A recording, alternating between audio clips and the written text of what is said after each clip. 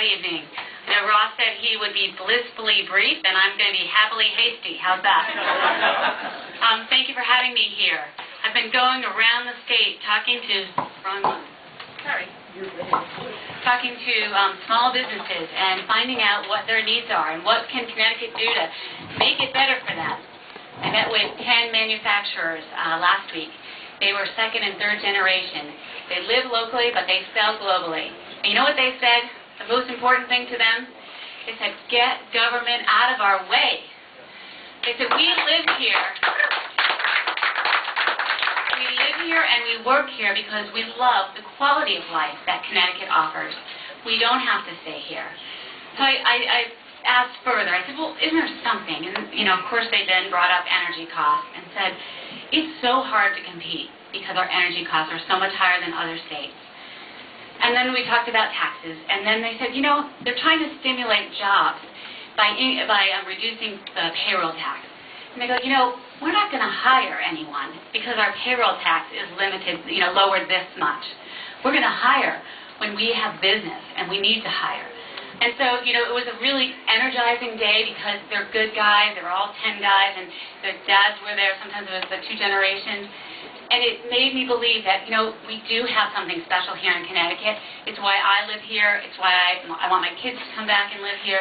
And it's something that we have to maintain even as we start reducing government. So it's a balance, obviously, but we have to reduce our costs first so that we can continue to have this great quality of life.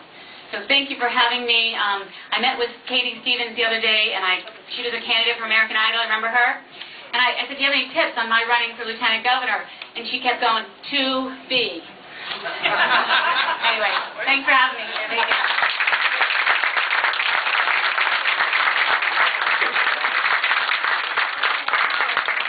Okay, next we're going to call on our neighbor, Mark Boughton.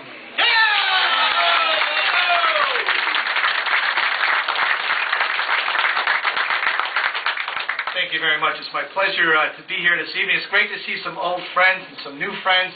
Stan Parker, looking there. You're looking good, Stan. You're the man. You're the man. And folks, I just want to tell you and thank you first off for your support at the convention. We won the nomination by almost 70% of the delegates, and made mostly because of the town of Brookfield. So thank you very much for everything that you did for me. Now, you probably don't know this, but I'm a former resident of Brookfield. I know, that's like surprising to you. You didn't know that, did you? See that? You really didn't have much choice. But I do want to tell you that it's just a wonderful community, and we're proud certainly to be your neighbor and your partner in the services that we deliver each and every day. Folks, I'm going to be quick, and here's what I want to tell you. First thing, very important. Look around you. This election is not about the candidates that have just spoken or will speak. This election is about you. This is your state, it's your community, and it's your country. And if you're as angry and fed up and fired up about the direction of America, the direction of this state, and the direction of this community, then you're going to know what to do on August 10th and November 2nd. We're going to change America, and we're going to do that together. We're going to change America, and we're going to do that together. We're going to change Connecticut, and we're going to do that together. And ultimately, we'll be able to change our communities as well.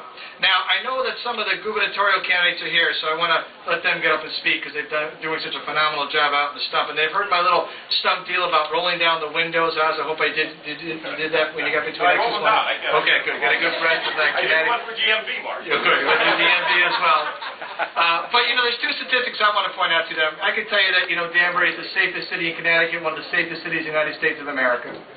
I can tell you that we have some of the lowest effective property tax rates in the state of Connecticut. I can tell you that we have the lowest sewer and water rates in the state of Connecticut, and all of that would be true. But I'm going to tell you about the statistic that I'm most proud of. It's that Danbury has the lowest unemployment rate in the state of Connecticut and one of the lowest unemployment rates in the United States of America. And just